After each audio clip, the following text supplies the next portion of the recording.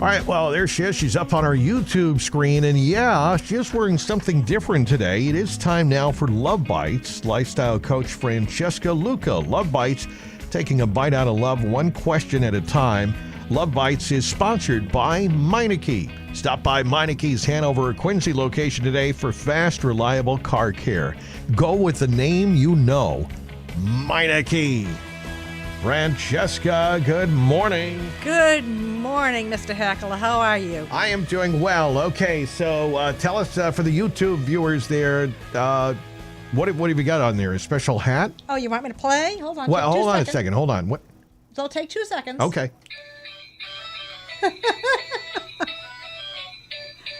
The hat moves? The hat moves. We want to get you guys in the spirit. Wow. Yeah, Okay. yeah. I'm getting too many. I can't stand my family party questions. It's a conversation but anyway. starter anyway with that hat. Yeah. All right, so we do have a question that came in. I think this is from a woman, right? Okay. Mm-hmm. I won't say her name because I know a lot of these people don't want their names used on the radio. So you ready for the question this week? I certainly am. I know what it is. And it's another I can't stand my family party questions. Okay, well, I'll read the question, then we'll get the analysis from Francesca. And then obviously you are welcome. All texters are welcome at 781-837-4900. A chance for you to be a part of the conversation. All right, so this is talking about families, and so I'll read it. I survived Thanksgiving without a fight, but I did spend the whole time looking at my watch. No kidding, until dinner was over.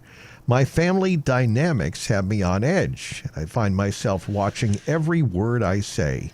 So, Francesca, how do I handle it when my family's behavior has me walking on eggnog? Oh, I get that. Okay. But seriously, I broke out in a terrible rash the night before I went to my brother's. Oh, I have been studying family estrangement now for a while, and it seems to be a lot more than just a trend. What's going on? I have 2 friends that I could have gone to dinner with, and we would have had a great time. But instead, I felt this stupid obligation to go to my brother's house, who I just can't stand, him or his controlling partner. I am supposed to host Christmas, and I have had a stomachache all day with the thought of having to keep my mouth shut, just so there'll be no blow-ups. Francesca, what is someone to do? Oh, boy. Okay. As I said before you even read the question, I'm starting to get a lot of I can't stand my family party questions, right? So the simple answer is just going to be life's too short to go to places you don't want to be, right? I mean, you wouldn't drive a Corvette in a blizzard. And, you know, I know there's a big difference here, and I don't mean to sound cold, but, you know, if your family is giving you acid reflux, you know, it might be time to actually reconsider where you want to be. That feeling of I should go is often, it's a relic. It can be a relic of childhood conditioning. And your only true obligation truly is to yourself and your mental health. And you have to ask yourself, is this self-inflicted, or are you actually getting pressure from your family? If it's self-inflicted, another cold answer is time to get over it. What are you thinking, Rob? Well, I hate for families not to get together. Maybe, what about for, Christmas, if it's on your turf, you would still invite the brother, right? And the partner?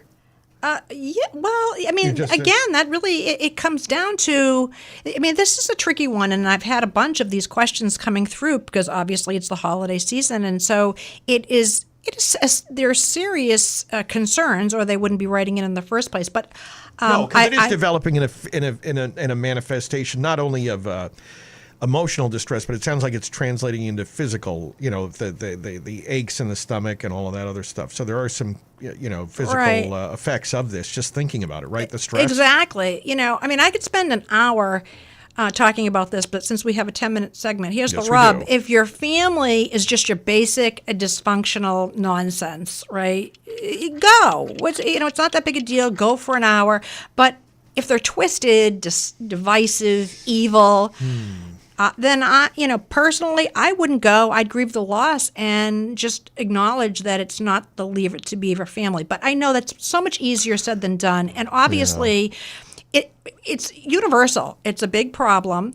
And nobody can ever, I can certainly not make that decision for you, nor can Rob, nor can Christine. Oh, what do you think, wait a minute, hold Christine? on. I know Christine. You want to open the door? But this is why I wore the Before hat. I open the door, hold on. This is why I wore the hat in the first place. Yep. You got to be cheery. Go ahead. Okay, I'm going to open the door now. Christine, what do you Hold on. think, Christine? Let me get the door.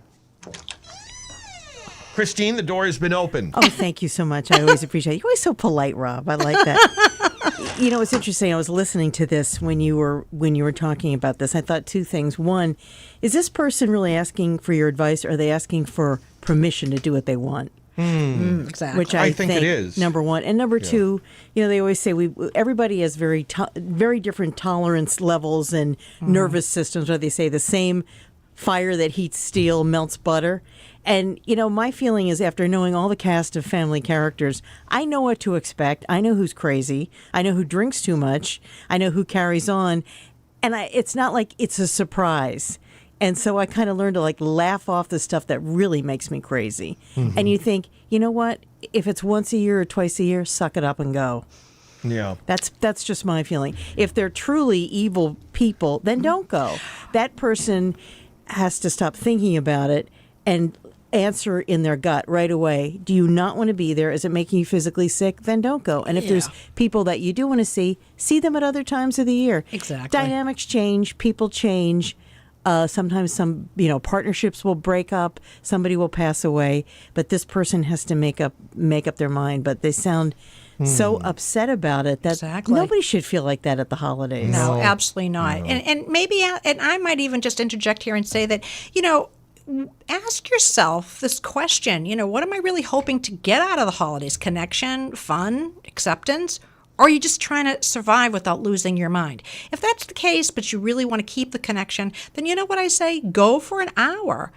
And say, I wanted to say hello to everyone. I wanted to, wish everyone a Merry Christmas, Happy Holidays, whatever it is. But, but I can't stay because I am hooked on this Netflix series and I've got to watch the last two. Some people just show up for or I've got a really early meeting tomorrow morning. Yeah, they show up for dessert or something like that, and they just come in and hi, nice to see everybody, but I got to go, and that's kind of and you could do that. I suppose some people do probably. There must be families where some people used to come and they no longer come anymore, and that it's sad, but maybe that's the best.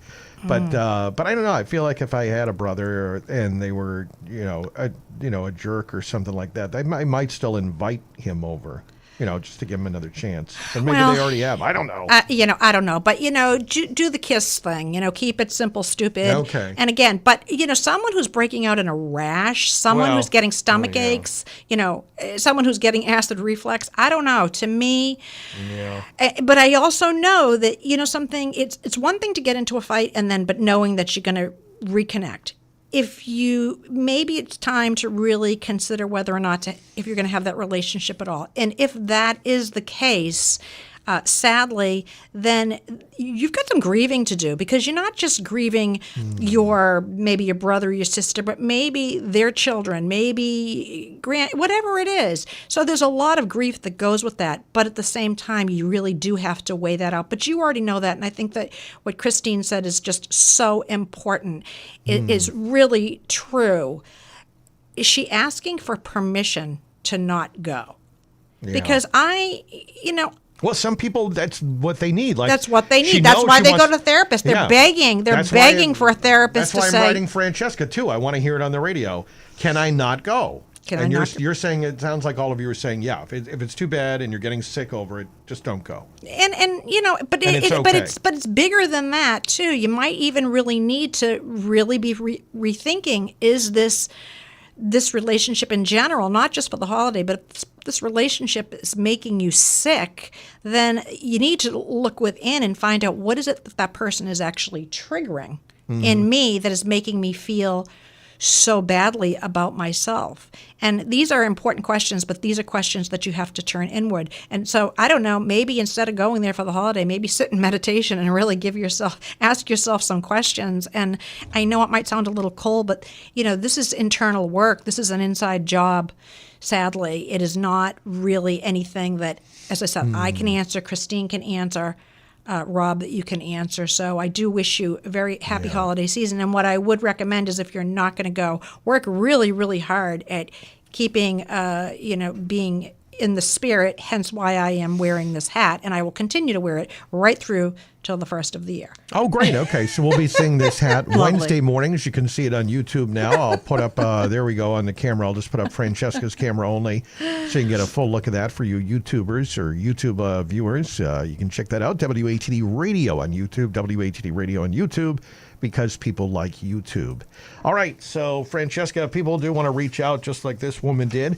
Anybody can do that. How do they connect with you? They can go to my website, talkwithfrancesca.com, and click Contact Me. By the way, I've got an upcoming show next week, which is really in line with what exactly we're talking about with Kate King. She wrote a book, Mend or Move On. And I actually already pre-recorded the show, and she's a pretty fascinating woman. She is not in communication with her family, and you know what? She's one happy camper. She's really a happy person, but it took her 25 years to let go. Wow.